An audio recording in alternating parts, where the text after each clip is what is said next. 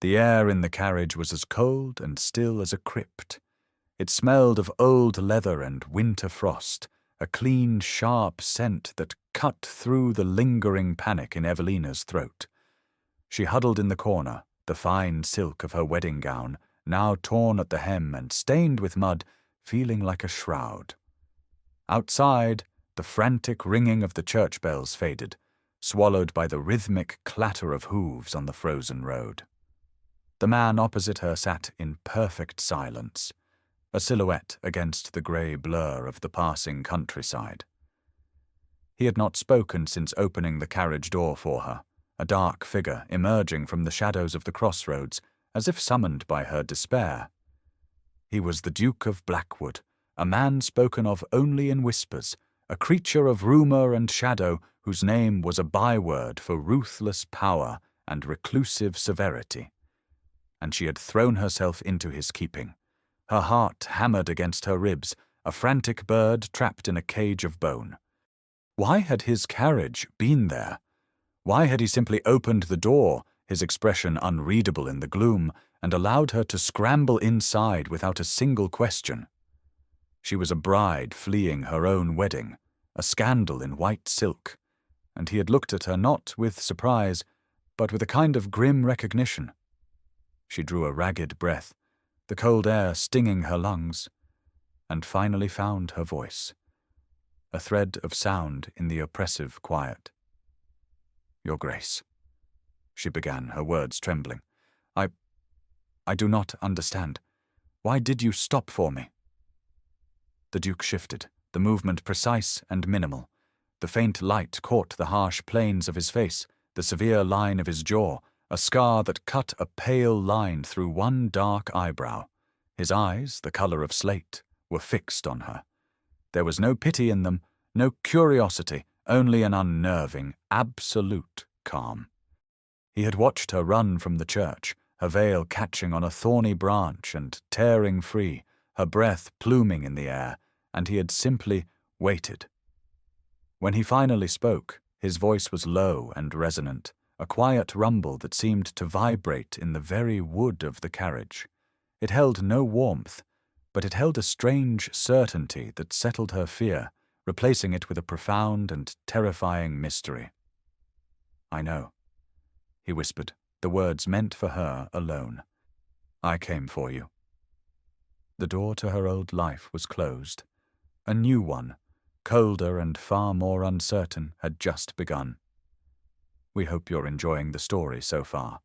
Subscribe for more tales of love, courage, and unexpected alliances, and let us know in the comments where you're watching from. The journey of the runaway bride and the fearsome Duke is only just beginning. Her life before that carriage had been a study in quiet cruelties, each one delivered with the precision of a surgeon's knife. At Greystone Manor, a place that had long ceased to feel like a home, Evelina was a cog in a machine she herself had designed.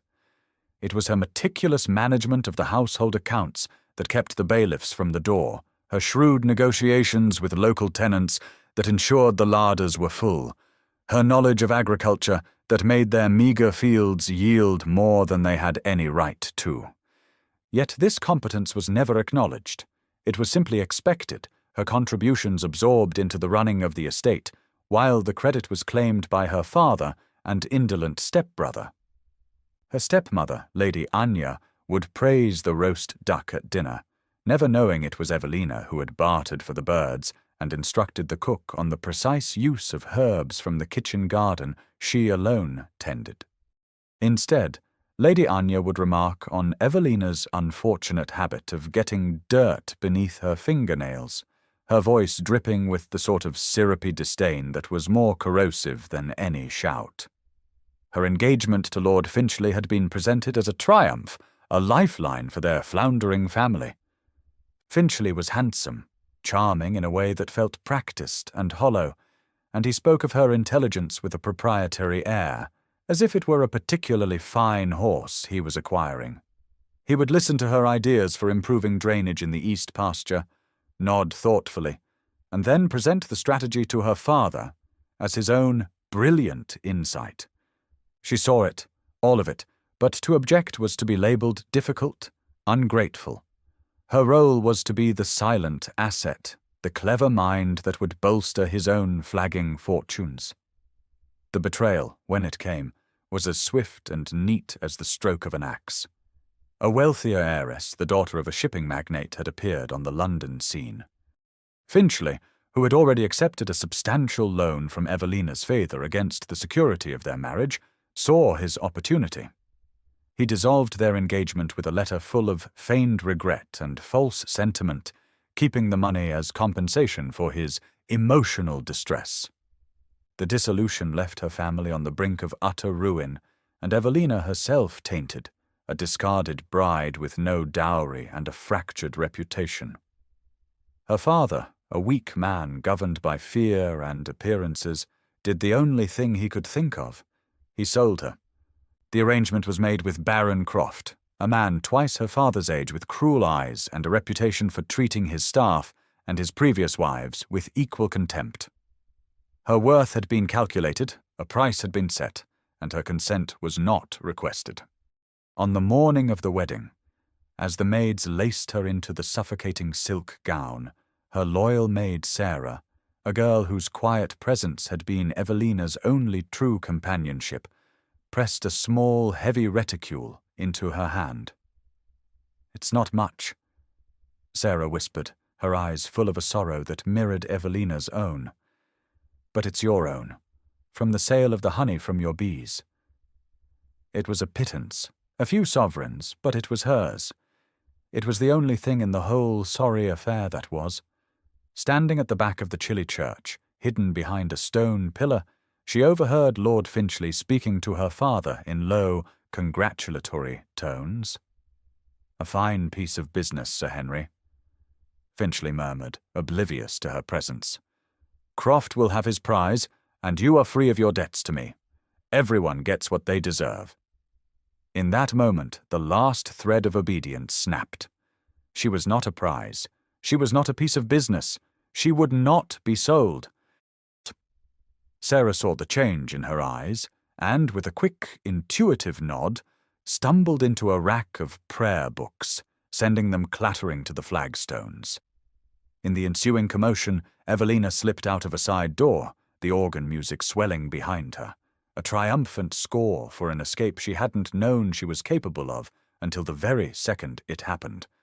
She ran, not toward anything but simply away, her only thought to put the cold stone of the church and the cold hearts of the men inside it behind her forever. The carriage ride to Blackwood Manor was conducted in a profound and unbroken silence. The Duke did not press her for details, did not ask what had driven a bride from the altar and into the path of his carriage. He simply sat, his stillness a formidable presence in the enclosed space. After some time, he produced a silver flask and a small cup, pouring water and offering it to her with a gesture that was purely functional, devoid of any pretense of comfort. She took it, her fingers brushing his. His skin was cold, like marble. She drank, the water soothing the raw ache in her throat. When they finally arrived, the manor rose from the winter landscape like a granite cliff, its dark stone seeming to absorb the pale light of the afternoon sun. It was a place of stark, unadorned power, built to withstand a siege rather than to welcome guests. There were no cheerful flower beds, only gravel and stone and the skeletal shapes of ancient ivy clinging to the walls. Inside, the great hall was vast and silent, the air chilled despite a large fire roaring in a hearth big enough to roast an ox. A woman with a severe, unsmiling face and iron-grey hair pulled into a tight bun greeted them. "Mrs. Gable," the Duke said, his voice echoing slightly in the cavernous space. "This is Lady Evelina. She will be staying. See to it she has the East Wing suite and whatever she requires." "Mrs." Gable's eyes flickered over Evelina's ruined dress, her expression unreadable, before she gave a stiff, correct curtsy. "Very good, Your Grace." There was no surprise, no gossip in her gaze, only a quiet, unnerving acceptance. The Duke led Evelina past the grand staircase and into a study lined from floor to ceiling with books. The room was the only place that felt lived in, warmed by another fire and the scent of leather and paper. He gestured for her to sit in a worn armchair, but she remained standing. He did not sit either, but stood by the hearth, one hand resting on the marble mantelpiece. "Now," he said, his tone as direct and unsentimental as a legal document, "the terms of our arrangement." Evelina's blood ran cold. She had expected questions, perhaps a demand for payment for his assistance. She had not expected this. "You require sanctuary, a place where neither Lord Finchley nor Baron Croft can reach you," he stated, not as a question, but as a fact. "I require a duchess. The entail on this estate is conditional. I must be married by my 30th birthday, which is in 2 months, or the title and lands pass to a cousin I despise." He looked at her then, his grey eyes holding hers without subterfuge. "This will be a marriage of convenience. Your name will grant me the estate. My name will grant you absolute protection. You will be mistress of this household, with full authority over its staff and its accounts. You may manage it as you see fit." He paused, the silence stretching.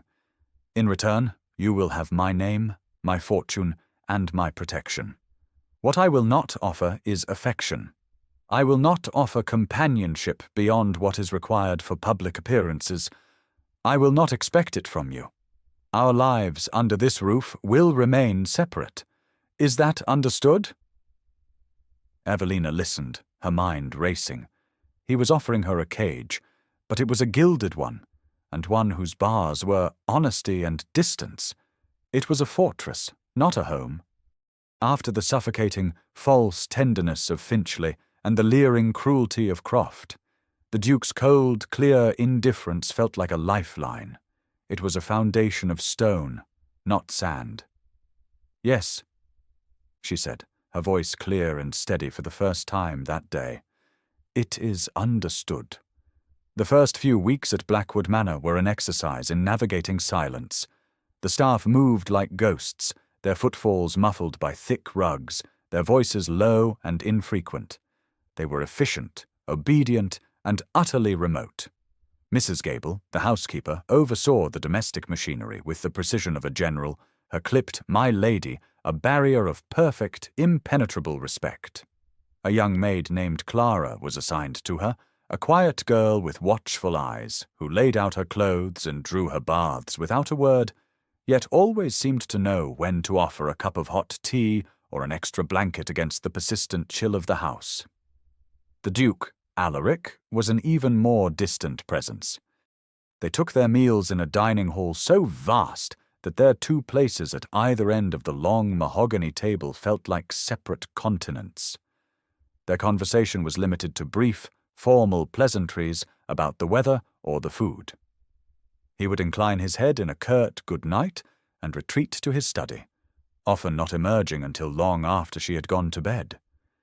His indifference was exactly as he had promised: absolute, consistent, and in its own strange way, reliable. Evelina, however, was not built for idleness. The emptiness of her days was a vacuum that she felt compelled to fill with purpose. She began with the household ledgers, which Mrs. Gable provided with a flicker of what might have been surprise. The books were a disaster. The estate steward, a man named Thorne, had been paying exorbitant prices to his own brother-in-law for substandard supplies for years, his accounting a masterpiece of creative obfuscation. Evelina spent a week cross-referencing invoices and market rates, her mind sharp and clear, finding a familiar solace in the logic of numbers. When she was finished, she had uncovered a web of graft that was costing the estate thousands of pounds a year. She did not go to the Duke. She summoned Mr. Thorne to the morning room, laid out her findings on the table, and watched the colour drain from his face. She did not accuse. She simply presented the facts. "I have found new suppliers for our grain, meat, and linens." she said, her voice calm and even. "Your services will no longer be required." He left the estate that afternoon. From the accounts, she moved to the house itself. An entire wing, the west wing, was shuttered and covered in dust cloths. Mrs. Gable explained that it had been closed since the death of the previous Duchess, Alaric's mother, a decade ago. It was, the housekeeper implied, a place of sorrow, best left undisturbed. But it was the gardens that truly called to Evelina. They were a wilderness of neglect, the once formal rose beds choked with weeds, the paths obscured by overgrown shrubs, a beautiful structure left to decay. She found an elderly groundskeeper named Silas, who had been at Blackwood for 50 years and remembered the gardens in their glory. Together, day by day, they began the slow work of reclamation. She would spend hours with her hands in the cold earth, pulling weeds, pruning back the dead wood, feeling the satisfying ache in her muscles at the end of the day. It was honest work. It was real. And from the window of his study, the Duke watched her. He never spoke of it, never approached her while she worked, but she would sometimes feel his eyes on her, a still and silent observation from a distance. One night, unable to sleep, she went to the library for a book and found him there, reading by the fire. He looked up as she entered, but said nothing. She found her book and settled in a chair on the opposite side of the hearth. They sat there for over an hour, the only sounds the crackle of the fire and the whisper of turning pages. It was not companionship, not yet. But it was no longer indifference.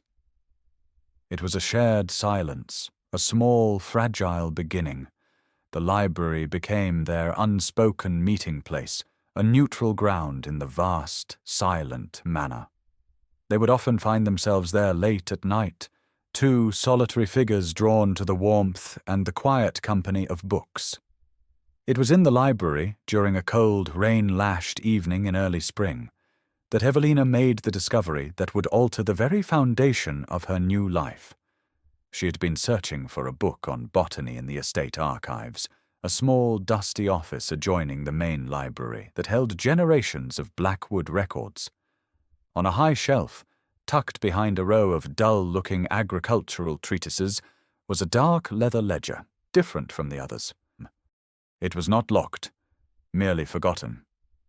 Curiosity piqued, she took it down, blowing a film of dust from its cover. It was a private financial ledger kept in the Duke's own hand, the script sharp and decisive. She sat at a small desk, the only light from a single candle, and began to turn the pages. Most of it was mundane: investments, property acquisitions, charitable donations made without public notice. But then a series of entries from the previous autumn caught her eye. They were payments, methodical and substantial, made to a Mr. Abernathy. Evelina's breath caught in her throat. Abernathy was her father's primary creditor, the man whose threats of foreclosure had driven her father into the disastrous arrangement with Lord Finchley. The Duke had been settling her family's debts piece by piece for months. She kept reading, her heart pounding a slow, heavy rhythm against her ribs. And then she found it.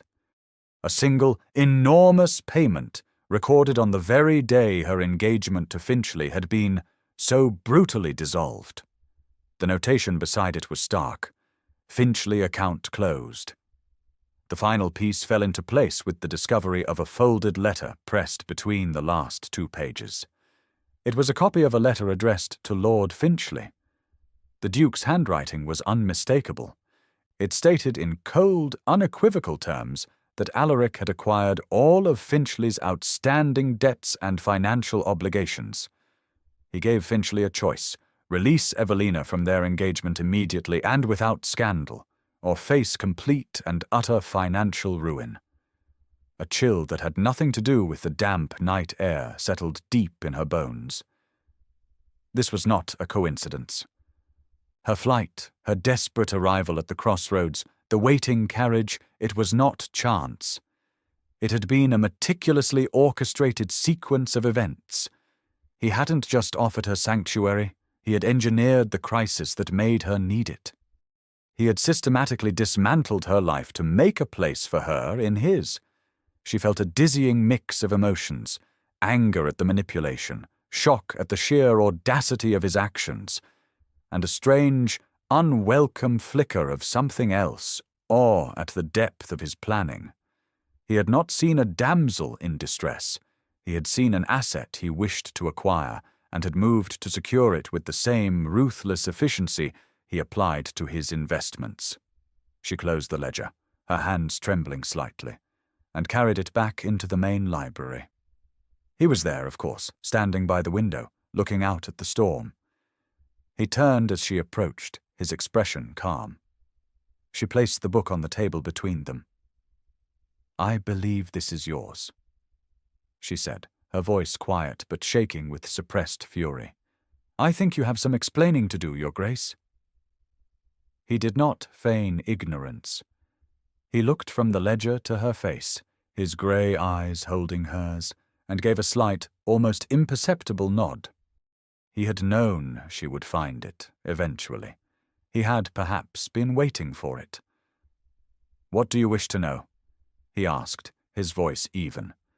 "I wish to know why," she said, her own voice rising despite her efforts to control it. "Why would you do all this? Ruin my family, destroy my engagement, leave me with no choice but to flee into your arms? Was this all just a game to you, a strategic acquisition to satisfy the terms of your inheritance?" He remained by the window, his form silhouetted against the lightning that briefly illuminated the gardens. He considered her questions, not defensively, but with a serious, thoughtful gravity. "It was not a game," he said finally. "Finchley was a fool and a parasite. He was draining your father's estate and would have done the same to you, taking credit for your intelligence while squandering your inheritance. I saw a better use for your talents. And my life." She shot back. "Did you consider that? The humiliation, the fear?"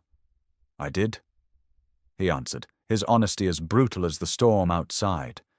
"I calculated that the fear of a few hours would be preferable to the slow misery of a lifetime with a man like him. I offered your father a way out. He could have sold his land to me, settled his debts, and retained his dignity. He chose to sell you instead."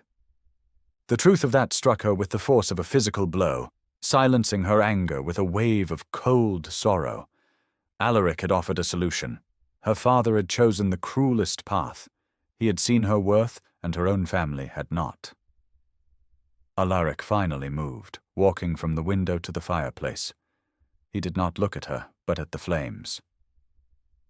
"The carriage was there because I knew what your father and Finchley were capable of.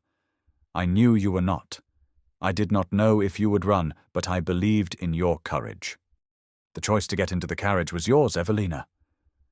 He used her given name for the first time, and the sound of it in his quiet, serious voice was strangely intimate. The anger had not vanished, but it was now complicated by a disarming, painful understanding. He had not rescued her. He had created the circumstances in which she could rescue herself. Their fragile peace was shattered a week later by the arrival of a letter on a silver tray. The wax seal bore the ostentatious crest of the Finchley family. Evelina's blood ran cold as she saw it. Alaric took the letter, broke the seal with his thumb, and read it, his expression hardening into granite. "Finchley is in London," he said, his voice clipped. "He has heard of our marriage. He requests an audience to express his deep concern for your welfare. He means to make trouble," Evelina said, her voice barely a whisper. "He will try to create a scandal. He will paint you as a villain and me as a helpless victim." "Let him try," Alaric said. The words a low growl. He tossed the letter into the fire. "I will handle him." "No," Evelina said, surprised by her own firmness. "We will handle him. I will not hide behind you. This is my past, and I will face it." A flicker of something, surprise, respect, passed through his eyes. He gave a single, sharp nod. "As you wish."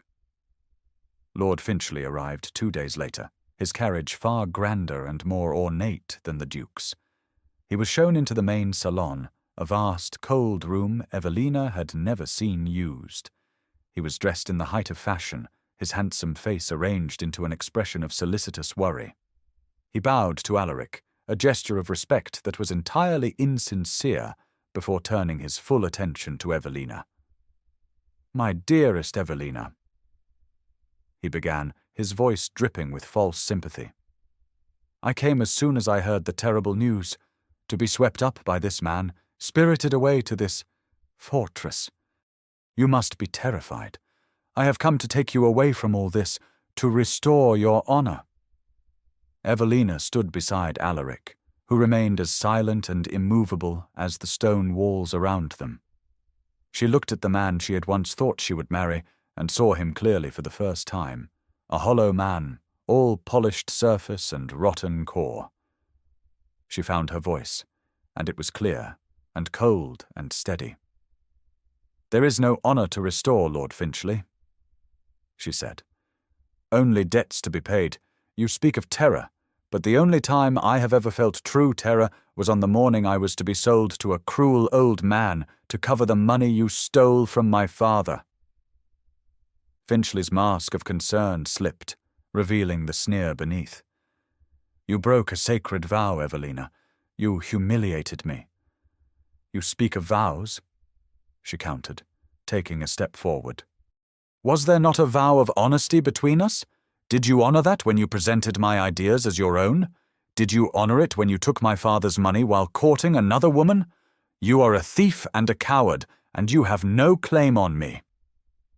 Finchley turned his fury on the Duke. "This is your doing, Blackwood. You preyed on a frightened woman." Alaric had not moved a muscle, but his presence filled the room. When he finally spoke, his voice was quiet, yet it carried the weight of absolute authority. "I did not prey on her," he said. "I made her an offer superior to yours. You offered her a cage of lies. I offered her a fortress of truth." He stepped forward, producing a sheaf of papers from his coat. "These are the original notes of debt, signed by your father and now owned by me. As of this moment, they are all due. You will leave this house, you will never speak my wife's name again, and you will find a way to pay what you owe. Or you will find yourself in Newgate Prison by morning." Finchley stared at the papers, his face pale and slack with shock. The threat was not idle. The Duke of Blackwood was known to be a man of his word. Without another glance at Evelina, he turned and fled the room, his grand exit a panicked, undignified scramble. The heavy front door slammed shut behind him, the sound echoing in the sudden, profound silence. Evelina looked at Alaric, her heart still beating fast. They had not acted as rescuer and victim. They had stood together, as allies. The confrontation with Finchley left an odd stillness in its wake. The immediate threat was gone, but the emotional turmoil lingered. That evening, Evelina found herself unable to settle, pacing the length of the library, the memory of Finchley's false concern and underlying menace replaying in her mind. The fire had been lit, casting long, dancing shadows across the rows of books. She stopped before it, seeking its warmth, when she heard footsteps. It was Alaric. He came and stood not beside her, but a respectful distance away, his presence a quiet comfort rather than an intrusion. The silence stretched between them, but it was different now. It was not the empty silence of distance, but a shared space, filled with the unspoken events of the day. "He will not bother you again," Alaric said, his voice low. It was a statement of fact, a promise. "I know," she replied, her gaze fixed on the flames. "Thank you." Another pause, longer this time. She could feel him watching her, his attention focused and complete. She braced herself for him to retreat, to give his customary nod and leave her to her thoughts. But he did not move. When he spoke again, his voice was different, stripped of its usual reserve, carrying a note of something raw and honest. "Last year," he began, "at the Duchess of Leinster's midsummer ball. I saw you there." She turned to look at him, surprised. She had attended a miserable wallflower pushed into a corner by her stepmother. "You were by the conservatory doors," he continued, his eyes not on her, but on some point in the middle distance, as if seeing the memory plain as day. "You were explaining the principles of crop rotation to old Lord Hemlock. He was half-deaf and entirely drunk, but you were earnest. You were not trying to be charming or witty. You were not performing. You were simply correct, and no one else was listening." He finally turned his gaze to meet hers, and the intensity in his grey eyes made her breath catch.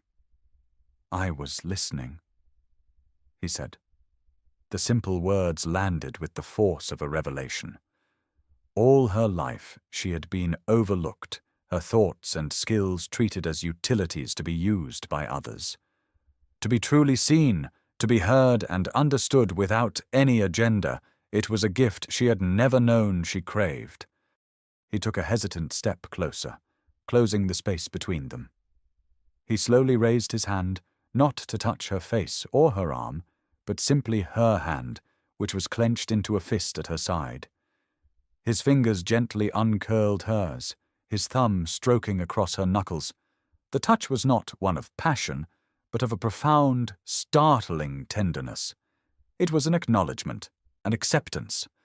"I have spent a decade building walls around this house and around myself, Evelina," he murmured, his voice rough with an emotion she could not name. "You walked in and, without trying, you began to dismantle them. First the accounts, then the gardens, now this." He looked down at their joined hands. "I find I do not mind." The great, formidable wall around the Duke of Blackwood did not crumble with a dramatic crash. It simply dissolved in the quiet warmth of the library, taken down not by force, but by the plain, devastating power of being seen. The Duchess of Leinster's annual masquerade ball was the pinnacle of the London season, a glittering affair where reputations were made and broken. For Alaric and Evelina, it was to be their formal debut as a couple, a necessary presentation to the society that watched the reclusive Duke with endless curiosity. Whispers had followed them from the country. The story of the runaway bride and the dark Duke who had spirited her away was too delicious a piece of gossip to be ignored. Evelina knew they would be walking into a viper's nest, with Lord Finchley undoubtedly fanning the flames of scandal. She chose her gown with care, not for its opulence, but for its statement. It was a dress of deep midnight blue silk, unadorned with the fashionable frills and lace of the day. Its beauty was in its perfect cut and the richness of the fabric. Her only jewelry was a simple silver brooch in the shape of a starling, a bird known for its intelligence and resilience. It had been a gift from Alaric, left on her dressing table that morning with no card. She wore a simple silver mask that covered only her eyes. When they entered the ballroom, a hush fell over the crowd. Alaric, dressed in severe black evening wear, his own mask a stark black domino, was a formidable and intimidating figure. He placed a hand on the small of her back, a gesture of possession and support, and guided her through the sea of staring faces. As she had predicted, Finchley was there, holding court near the champagne fountain. He was not wearing a mask, ensuring everyone saw his handsome, tragic face as he spun his tale of woe. "A fragile creature, you see," he was saying to a group of influential lords, his voice pitched to Carrie.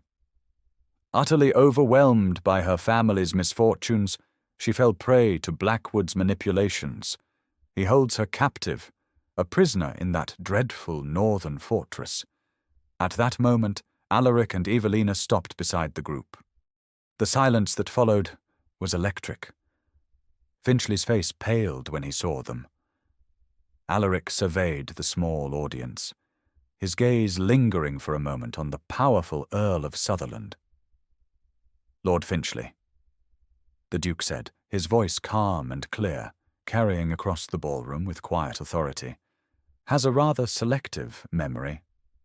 He paused, letting the anticipation build. "He speaks of my wife's fragility, yet he forgets to mention that his own interest in her was entirely dependent on a dowry he had already maneuvered to have her family lose. He sought to purchase a wife, and when the funds were unavailable, he abandoned the transaction." He then produced a small, folded document from his coat. He didn't hand it to Finchley, but to the Earl of Sutherland. "These, my lord, are the promissory notes detailing Lord Finchley's own catastrophic debts he attempted to settle by forcing my wife into a marriage she did not want. Her supposed capture was, in fact, an act of profound courage and self-preservation." He then turned to Evelina, taking her hand and drawing her forward, his eyes meeting hers in front of the entire assembly. "Society values women for their beauty and their bloodlines," he said, his voice resonating with conviction. "I value my wife for her intelligence, her integrity, and her refusal to be treated as a commodity. Her worth is not in land or coin. It is in her character, something a man like Finchley could never hope to comprehend." The public validation was absolute. The Earl of Sutherland looked from the papers in his hand to Finchley's stricken face, his expression one of utter contempt. The crowd began to murmur, the tide of opinion turning swiftly and irrevocably against Finchley. Humiliated and exposed, he turned and practically fled the ballroom, the whispers of the ton following him like a swarm of angry bees. Alaric raised Evelina's hand to his lips, a gesture of profound respect. They had arrived as a scandal and would leave as a power. Months passed, and the harsh winter gave way to a gentle, hopeful spring. The grounds of Blackwood Manor, once a testament to neglect, were now alive with colour. Under Evelina's patient hand, the gardens had been reborn. The rose bushes that had been choked with thorns were now heavy with fragrant blossoms of crimson and white. The overgrown paths were cleared, revealing the elegant design that had been hidden for so long. The entire estate seemed to breathe more easily, the chill in its stone walls replaced by a quiet, settled warmth. One bright afternoon, Evelina was staking a climbing rose against the south-facing wall of the shuttered west wing when Alaric came to join her. He no longer watched from a distance. He moved through the garden as if it were his natural habitat, his presence as comforting and familiar as the sun on her skin. He came to stand beside her, his shadow falling over hers, and placed a warm hand on her back. They stood in comfortable silence for a moment, simply looking at the fruits of her labor. "The contract we made," he said, his voice a low rumble beside her ear. "In my study on the day you arrived." She turned to look up at him, her heart giving a slow, steady beat. "I remember it. I find its terms are no longer sufficient," he continued, his gaze serious, holding hers. "They were transactional, a matter of mutual convenience. This—" He gestured around them, at the blooming garden, the warm stone of the house, the space between them that was no longer empty. "This is no longer convenient, it is essential."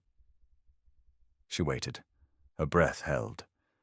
She saw in his face the same plain, devastating honesty she had heard in his voice in the library that night.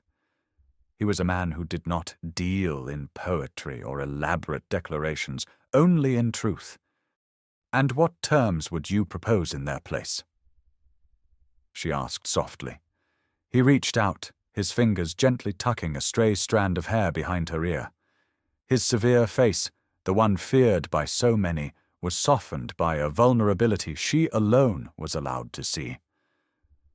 Love, he said, the word spoken as simply and surely as if he were stating a fact of nature, like the turning of the earth or the rising of the sun. Partnership. A home. He took her hand, his thumb stroking the plain gold band on her finger, the symbol of their cold bargain that had somehow thawed into this. This began as a transaction, Evelina. It has become the foundation of my life. She leaned her head against his shoulder, closing her eyes and breathing in the scent of roses and damp earth. She was home. Finally and completely home. Thank you for joining us on this journey. Would you have trusted a man like the Duke, whose help was a form of manipulation? Let us know your thoughts, and tell us where in the world you're watching from. The best alliances, after all, often begin as the most honest transactions.